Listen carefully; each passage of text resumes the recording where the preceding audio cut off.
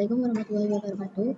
Oke teman-teman, di sini kita telah memasuki bab yang kelima, yaitu Dynamic Routing OSPF. Nah, di sini saya telah membuat topologinya. Di sini saya menggunakan router yang 2911 dan di sini juga saya sudah menambahkan untuk IP-nya.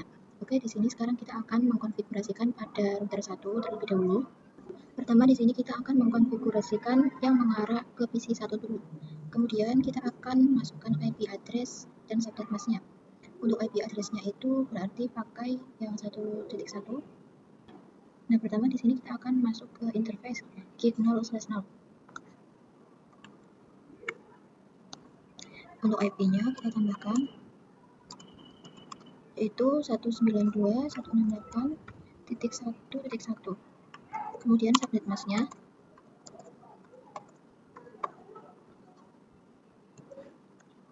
lalu kita ketikkan perintah no shutdown.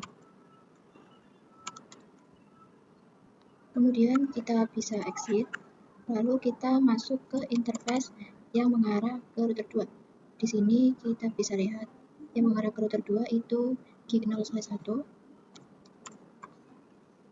Kemudian kita akan memasukkan IP address dan subnet masknya.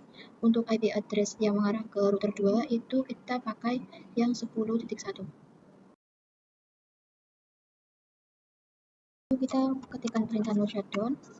Kemudian kita bisa konfigurasikan juga di router 2-nya.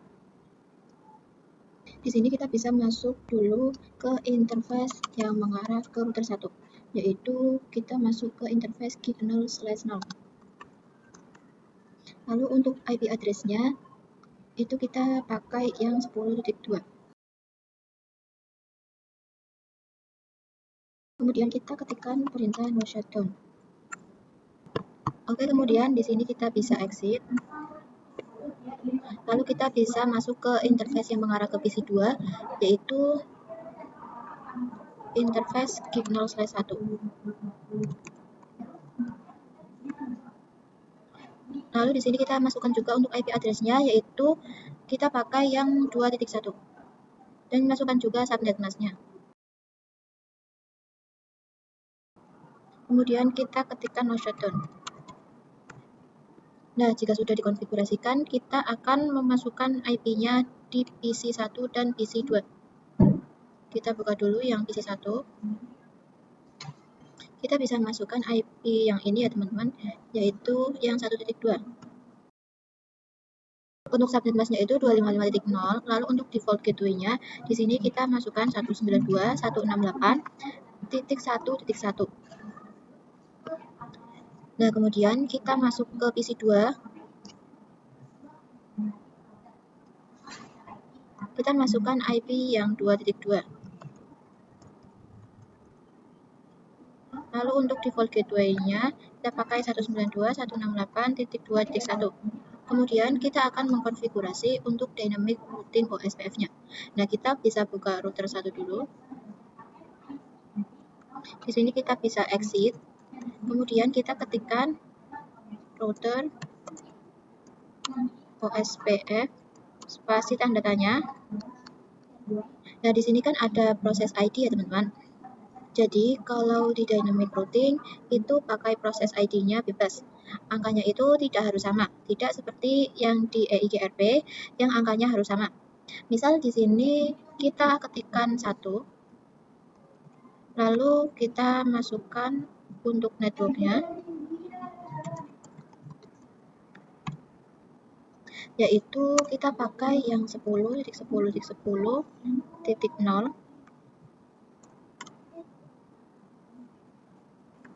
Nah, di sini bisa teman-teman lihat ada tulisan OSPF wildcard rates. Nah, jadi untuk wildcard-nya itu kita bisa hitung dulu. Nah, untuk menghitung wildcard-nya itu di sini kita bisa tuliskan dulu.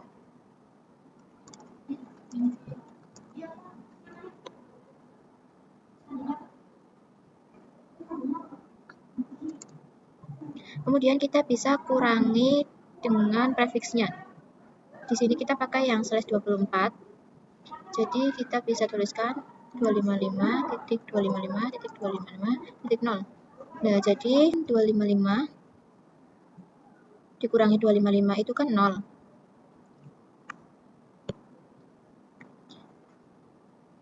Dan 255 kurangi 255 itu 0. 255 kurangi 255 juga 0. Kemudian yang terakhir itu 255 kurangi 0 itu kan hasilnya 255. Nah, jadi ini tuh adalah wildcard-nya ya teman-teman. Kita bisa copy.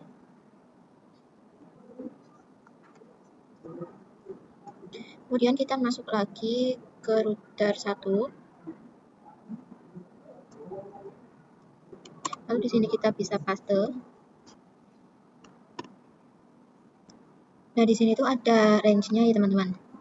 Tapi di sini saya akan pakai yang 0 saja. Lalu kita juga masukkan yang ini ya teman-teman. Berarti kita bisa tuliskan 192.168.1.1.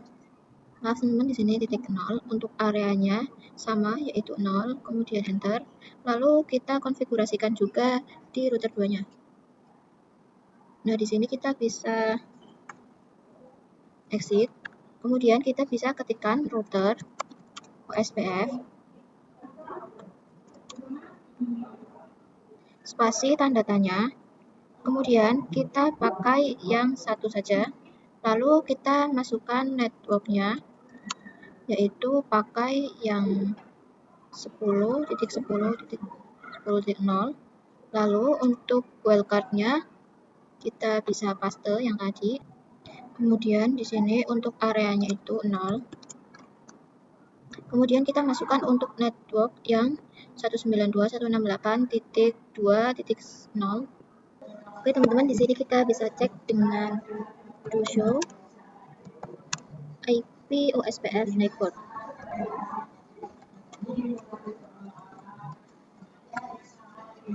Nah, kalau di router 2 ini networknya 192.168.1.1. Kemudian kita bisa coba kirimkan surat dari PC 1 ke PC 2. Untuk pertamanya itu memang akan pilot ya teman-teman. Kita akan coba lagi kirim surat ke PC 1 dan PC 2 itu di sini sudah successful ya teman-teman. Oke teman-teman, di sini saya sudah menambahkan satu router lagi dan juga satu PC lagi. Di sini saya sudah menuliskan untuk semua IP-nya. Di sini saya akan menambahkan IP di router 2 dulu. Di sini kita masuk ke interface yang mengarah ke router 3, yaitu interface gig 0/2. Lalu kita masukkan IP address dan subnet mask-nya. Untuk IP address-nya kita pakai yang 20.1. Kemudian di sini kita ketikkan no shutdown. Kemudian kita konfigurasikan juga yang di router 3. Nah, di sini kita masuk ke interface yang mengarah ke router 2, yaitu interface gig 0/0.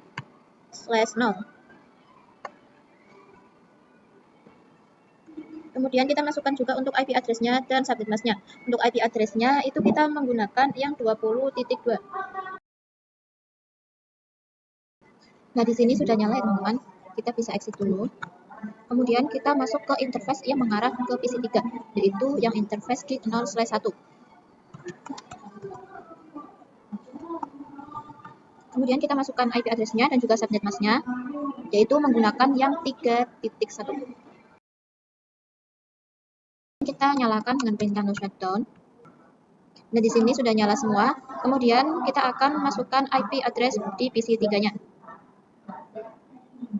Berarti kita masukkan yang 192.168.3.2. Kemudian subnet mask-nya dan juga default gateway-nya itu kita pakai yang 192.168.3.1.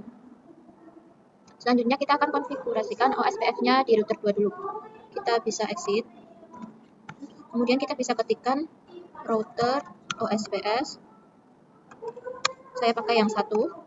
Kemudian kita masukkan network yang baru, berarti yang 20.0. Untuk wildcard-nya,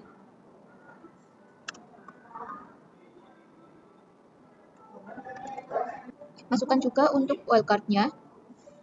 Lalu untuk areanya itu saya pakai yang 0.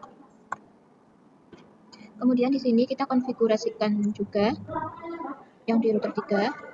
Kemudian di sini kita exit, kita ketikkan perintah route OSPF, kita pakai yang 1. Lalu untuk network kita pakai yang 20.0 dan juga 3.0.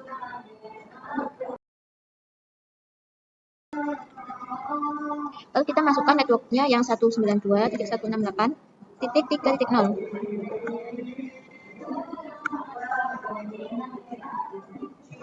Kita ketikkan dengan perintah do show IP route. Nah, bisa teman-teman lihat di sini ada keterangan O. Bisa kita lihat di kode itu O itu adalah OSPF.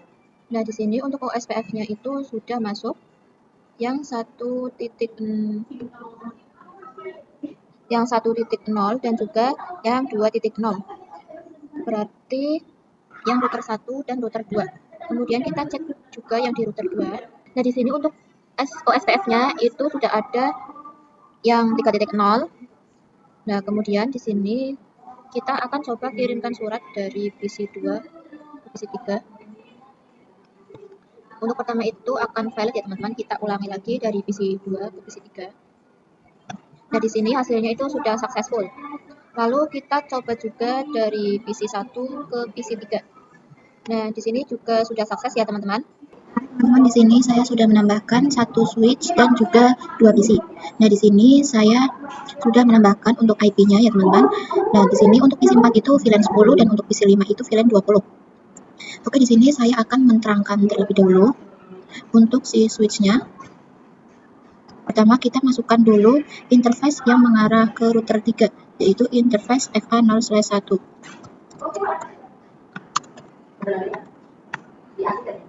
Kemudian kita tuliskan switch port mode down. Lalu di sini kita masukkan juga untuk VLAN 10 dan VLAN 20-nya.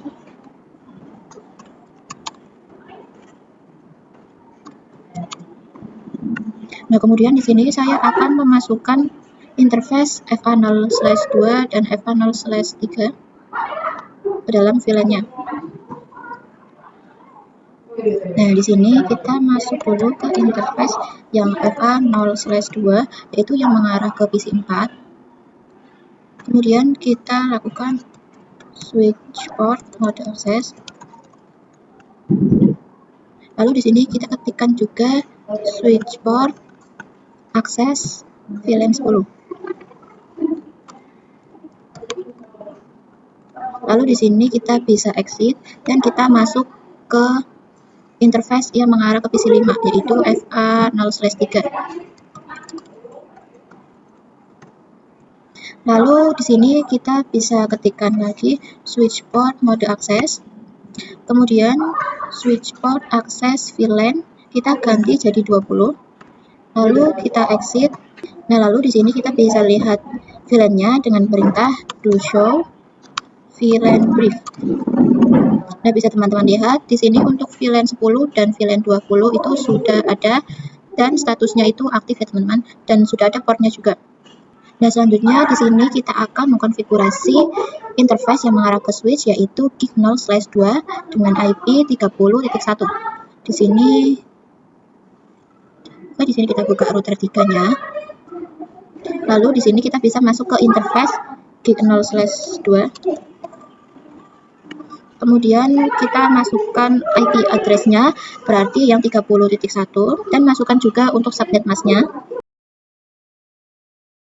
dengan perintah no shutdown. Nah, ini sudah menyala ya teman-teman. Kemudian kita akan konfigurasikan sub interface-nya. Jadi sub interface-nya itu untuk VLAN 10 dan VLAN 20. Kita bisa buka router 3 dulu. Kemudian di sini kita ketikkan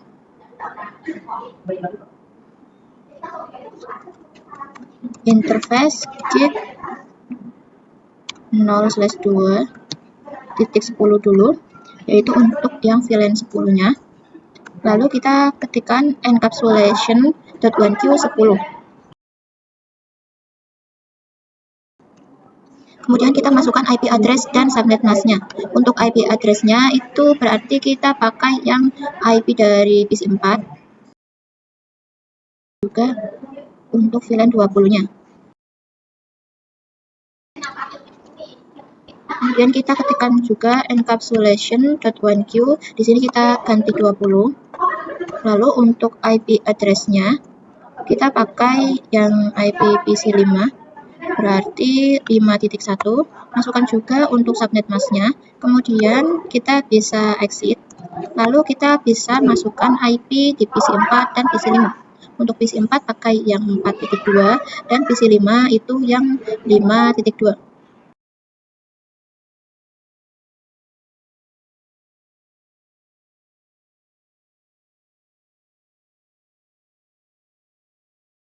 Nah, kemudian kita akan konfigurasikan untuk OSPF-nya. Kita buka router 3. Kita bisa ketikkan router OSPF 1. Lalu di sini kita masukkan network yang ini ya teman-teman. Yaitu yang 30.0.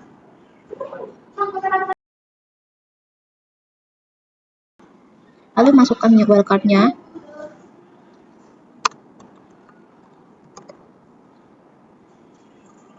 Lalu untuk areanya itu 0. Kemudian kita masukkan juga network yang PC4 dan PC5.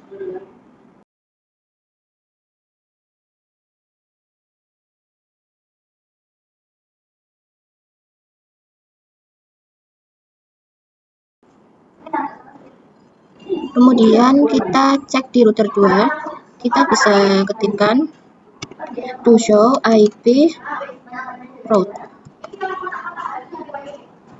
Nah, untuk more itu kita bisa klik spasi.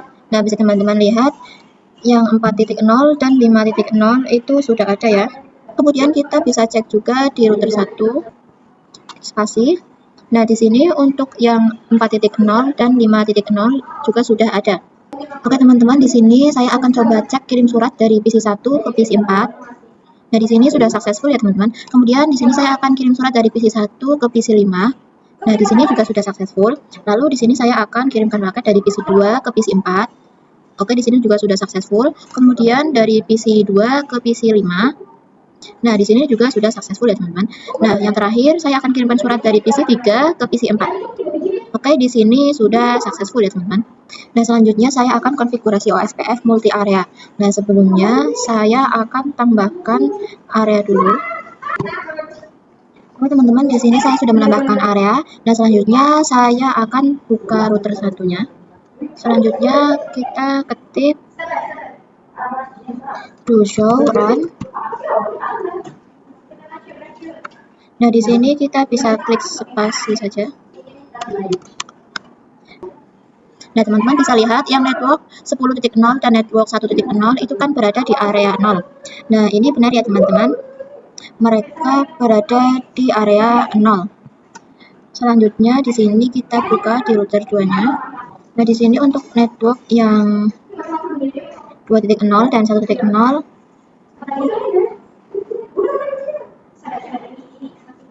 itu kan di sini berada di area 1. Tapi di sini itu area 0. Jadi kita akan mengganti untuk network 2.0 dan 20.0 itu berada di area 1 ya teman-teman. Oke teman-teman, di sini saya sudah menghapus atau mengganti mereka yang dari area 0 menjadi area 1 ya teman-teman. Nah, di sini kita bisa do show run lagi. Nah, teman-teman bisa lihat di sini mereka sudah berada di area 1 semua ya teman-teman. Nah, di sini kita bisa ketikkan perintah do show IP route. Nah, bisa teman-teman lihat di sini ada IA. IA itu adalah inter area. Nah, kita lihat di router 2. Nah, kalau di router 2 itu tidak ada IA ya teman-teman. Nah, sedangkan kalau di router 1 itu ada IA. Alasan kenapa di router 2 itu tidak ada IA, karena router 2 ini sebagai penghubung antara area 0 dan area 1. Jadi yang ada IA-nya itu hanya router 1 dan router 3 saja ya teman-teman. Oke teman-teman, mungkin itu saja yang dapat saya sampaikan pada materi kali ini. Terima kasih dan wassalamualaikum warahmatullahi wabarakatuh.